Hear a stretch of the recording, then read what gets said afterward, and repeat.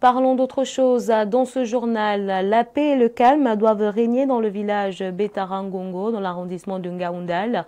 Le sous-préfet de cette région a tenu une réunion le 25 février 2025 où recommandations et conseils étaient évoqués. Jean de Abou pour plus de précisions.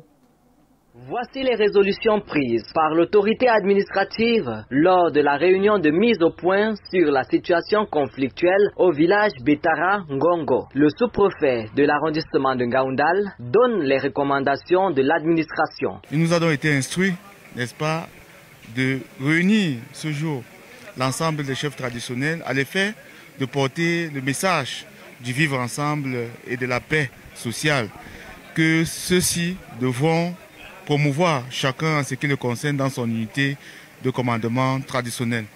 Il a également été question pour nous de les interpeller sur la nécessité de respecter la délimitation telle que prévue par la réglementation pour l'arrondissement de Ngaoundal. La rencontre qui s'est tenue dans la salle de conférence de la sous-préfecture de Ngaoundal a réuni autour de la table les forces de maintien de l'ordre, le maire, les chefs traditionnels de premier, deuxième et troisième degré du département du Djirem. Ceux-ci remercient le gouvernement pour la démarche de résolution de conflits. Nous allons amener les chefs du village, n'est-ce pas, à faire ce qui a été demandé, les accompagner sur le terrain, collecter toutes les données et mettre, n'est-ce pas, ces différentes fiches d'abord à la disposition du Lamido de Tibati et à la disposition de l'administration. Le Lamido de Tibati, qui a assisté aux causeries, appelle les parties en conflit à plus de retenue et à la culture de la paix si chère aux Camerounais. J'ai décidé d'effectuer ce voyage ce jour pour aller conseiller les deux parties, les portugais du conseil.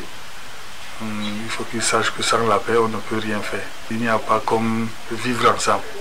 Voilà qui est donc mis au clair pour tous.